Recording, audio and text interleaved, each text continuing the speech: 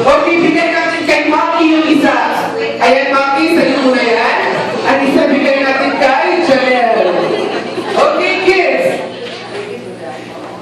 Ayan, kids, ang gawin nyo lamang ay pagpasa-pasahan nyo lamang yung balon. Kids, ha? Once nag-stop yung music, at kung sino yung huling nakahawak ng balon, ibig sabihin siya na yung Rico! Pasa balon! Ate Princess pa. Princess, talikod. Pas. May class.